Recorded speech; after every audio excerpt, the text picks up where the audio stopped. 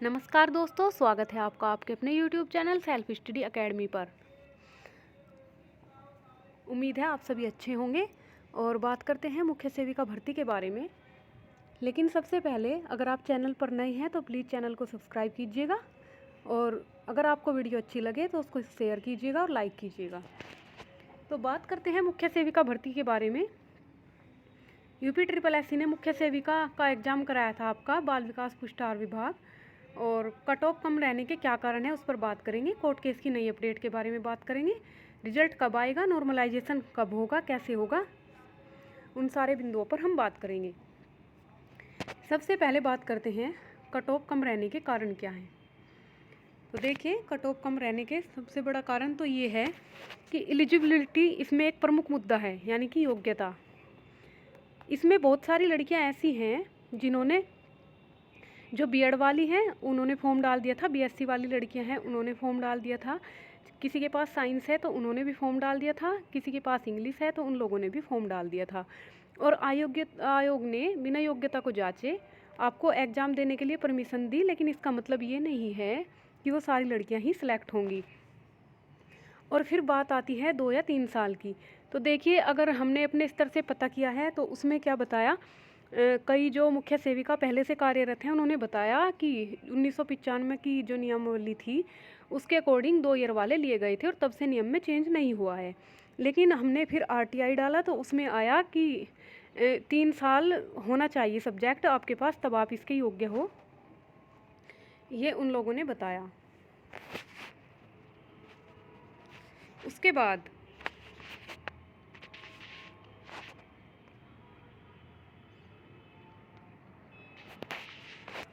क्या हुआ कि फिर हमने इसके बारे में सचिवालय में भी बात की तो उन लोगों ने कहा कि सब्जेक्ट होना चाहिए 1 साल 2 साल, अभी ये क्लियर नहीं है। तो ये आयोग पर निर्भर है कि वो बाद में क्या डिसीजन लेते हैं, क्योंकि इस तरह तो सारे बच्चे निकल जाएंगे, फिर कंपटीशन बहुत कम हो जाएगा। लेकिन बात करते हैं कि कट ऑफ कम क्यों रहेगी।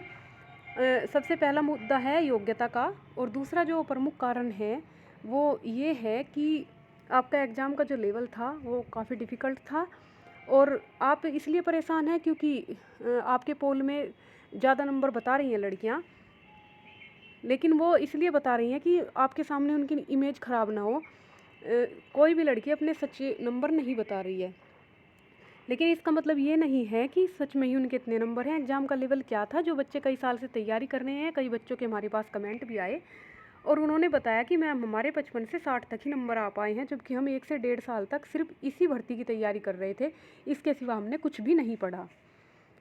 अब सारी लड़कियां तो झूठ बोल नहीं सकती हैं, तो इसलिए सोचने का आपका मैटर है कि आप लोग इसको कैसे लेते हैं। और दूसरा हमने आपको बता दिया योग्यता, और फिर फॉर्म आपके कम डले थे, उसके बाद भी फिर बहुत कम लोगों ने एग्ज़ाम दिया, 10,000 बच्चों ने ये एग्ज़ाम छोड़ दिया था। उसके बाद योग्यता भी इसमें डॉक्यूमेंट वेरिफिकेशन में बहुत सारे बच्चे निकलेंगे, 3 गुना तक बच्चे आपके इसमें बुलाए जाएंगे। तो ये बहुत सारे कारण बनते हैं कि लास्ट तक कौन फाइट करेगा। मान लीजिए अगर कोई अयोग्य है स्टूडेंट तो भले ही उसके 75 तक मार्क्स हों, वो नहीं लिया जाएगा। तो अयोग्यता जो अयोग्य हैं बच्चे, वो काफ़ी बड़ा मुद्दा है। योग्यता बहुत मैटर करती है इस चीज़ में। अब बात करते हैं कोर्ट केस की नई अपडेट। तो आपका जो कोर्ट में केस चल रहा है मुख्य सेविका का, वो टेकअप होने के काफ़ी चांसेस हैं 13 फरवरी को, और रिज़ल्ट आपका मार्च में आएगा, मार्च के लास्ट वीक में। और नॉर्मलाइजेशन में जो मार्क्स देखने के लिए मिलेंगे आप लोगों को, वो सेकंड शिफ्ट को मार्क्स मिलेंगे। अब आयोग कैसे इस पर निर्णय लेता है वो आयोग पर डिपेंड करता है कि वो इसके बारे में क्या सोचते हैं। फर्स्ट शिफ्ट और सेकंड शिफ्ट को वो लोग देखेंगे और फिर उसी के हिसाब से वो आपको नॉर्मलाइजेशन देंगे। तो ये आज की आप लोगों की न्यूज़ थी। और ये नोटिस हमें जो मिला है, ये देखिए आप, इसमें आपके कोर्ट केस के बारे में बताया गया है। ये भी देखिए, 13 को आपका जो कोर्ट में केस चल रहा है उसकी सुनवाई है, तो आप लोग देख सकते हैं, इसमें डिटेल में बताया गया है। फिर बात करते हैं मुख्य सेविका। प्रथम पाली में प्रश्न संख्या 20, 40, 79, 91 को फुल मार्क्स दिए गए हैं और द्वितीय पाली में प्रश्न संख्या 2, 40, और छात्र को फुल मार्क्स मिले हैं। अब ये भी देख सकते हैं आप लोग, साइट पे जाकर चेक कर सकते हैं। ये देखिए, इसमें भी आपकी कोर्ट केस के बारे में बताया गया है। ये हमने आपके साथ स्क्रीनशॉट शेयर किया है, आप लोग इसे ध्यान से देख सकते हैं। ये देखिए, केस 9 के बाद आपकी मुख्य सेविका कोर्ट केस का नंबर है। तो ये सारी चीज़ें थी जो आप लोगों के साथ शेयर करनी थी। और बात करते हैं एग्ज़ाम की, तो काफ़ी लड़कियां तनाव में हैं, क्योंकि कुछ छात्राएं ऐसी हैं जिन्होंने पारिवारिक परेशानियों को झेलते हुए एग्ज़ाम दिया था। कुछ के बच्चे बहुत छोटे हैं और कुछ आर्थिक रूप से कमज़ोर हैं और कुछ को परिवार का सपोर्ट नहीं मिला, लेकिन फिर भी संघर्षों से लड़ते हुए उन छात्राओं ने तैयारी की थी। तो हम आपको इतना ही कहेंगे कि एक परीक्षा जीवन को समाप्त नहीं कर देती है। परीक्षा आएंगी जाएंगी, लेकिन कोई भी परीक्षा आपके जीवन से बड़ी नहीं है। तो इसलिए ये ना सोचे कि ये एग्ज़ाम था, अगर सिलेक्शन नहीं होता है तो आप लोग परेशान ना हो कि ये एग्ज़ाम था, जीवन ख़त्म हो गया। क्योंकि कई लड़कियों के कमेंट हमारे पास आते हैं, कई छात्राओं के, जो बड़ी परेशान होती है कि मैम हम क्या करें, हमें इस एग्ज़ाम से बड़ी उम्मीद थी, हमारे इतने कम मार्क्स हैं। तो देखिए, लास्ट तक कुछ नहीं पता कि मेरिट कितने कम पर जा सकती है, लेकिन मेरिट हाई तो नहीं जाएगी। ये तो हम आपको पूरे भरोसे के साथ कह सकते हैं कि मेरिट हाई जाने के चांसेस बिल्कुल भी नहीं हैं।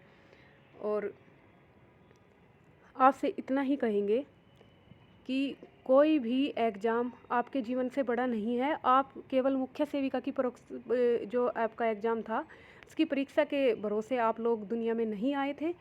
परीक्षाएं आती जाती रहेंगी, आप लोग तैयारी करते रहिए। और बस आपसे एक ही बात कहेंगे कि अगर आप बड़े बड़े सपने देखते हैं तो उन्हें पूरा करने की हिम्मत भी रखिए। ये नहीं कि आप लोग यूपीएससी में फ़ाइट करने के सपने देखते हैं, आप लोग ग्रुप डी का भी एग्ज़ाम पास नहीं कर सकते, ग्रुप सी का पास नहीं कर सकते, तो फिर आप यूपीएससी में कैसे फ़ाइट करेंगे।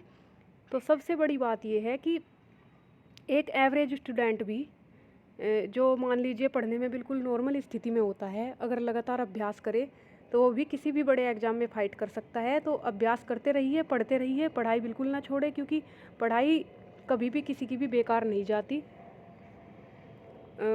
किसी ने कहा भी है, बड़े बुजुर्गों ने भी कहा है कि अगर हार गए तो तजुर्बा मिलेगा और जीत गए तो मंजिल मिल जाएगी। तो बिल्कुल भी आपको तनाव नहीं लेना है, अच्छे से सारे एग्ज़ाम्स की तैयारी करनी है और ये केस भी आपका जल्दी ही सॉर्ट आउट हो जाएगा, आपका सिलेक्शन भी हो जाएगा।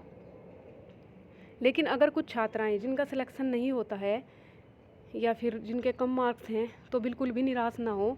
आपने जितनी शिद्दत से इस एग्ज़ाम के लिए मेहनत की थी, उतनी ही शिद्दत से आप और एग्ज़ाम के लिए भी एक बार मेहनत ज़रूर करिएगा। मंजिल ज़रूर मिलेगी, क्योंकि कोई भी मंजिल आपकी मेहनत से बड़ी नहीं होती। लेकिन अगर आप खुद में ये समझ लेंगे कि ये तो छोटी मोटी नौकरी है, हम तो बड़ी नौकरी करेंगे, तो आप लोगों की सोच यहीं पर गलत हो जाती है, आप हार जाते हैं यहीं पर। क्योंकि सिलेक्शन हो ना हो वो अलग बात है, आप लोगों को जितने फॉर्म निकले सब भरने चाहिए, छोटे से लेकर बड़े तक, चाहे वो ग्रुप डी का ही क्यों ना हो। आपको एग्ज़ाम क्लियर करने चाहिए कि कम से कम आपके मन में ये तो हो कि हाँ, हम इस एग्ज़ाम के योग्य हैं, हमने इसमें फ़ाइट कर लिया, अब हम इससे आगे की तैयारी कर सकते हैं। लेकिन अगर आप लोग ग्रुप डी का, ग्रुप सी का भी एग्ज़ाम क्लियर नहीं कर पाते और डायरेक्ट आप किसी बड़े एग्ज़ाम की तैयारी करते हैं, तो आप वहीं पर हार जाते हैं, क्योंकि आपके पास एक्सपीरियंस नहीं होता है, आपको नहीं पता होता है कि आप किस लेवल के खिलाड़ी हो। और बात है कि आपने एक मूवी भी देखी होगी, 12th फेल। तो तैयारी करने से कोई भी स्टूडेंट टॉप पर भी जा सकता है। ये मुख्य सेविका का एग्ज़ाम आपके जीवन का अंतिम एग्ज़ाम नहीं है, तो इसलिए बिल्कुल भी आप लोगों को हिम्मत नहीं हारनी है, रोना नहीं है, कमज़ोर नहीं बनना है, आप लोगों को सहानुभूति की आवश्यकता नहीं है। आप लोग बिल्कुल भी ऐसी वीडियो ना देखें जो आप लोगों को डिमोटिवेट करे, और तनाव ना ले। और नई जानकारी के लिए सेल्फ स्टडी एकेडमी के साथ बने रहें। छात्र हित में हम सदैव आपके साथ रहेंगे, जहाँ भी हमारी ज़रूरत होगी आपकी आवाज़ को उठाएंगे। वीडियो को ज़्यादा से ज़्यादा लाइक और शेयर कीजिएगा। धन्यवाद।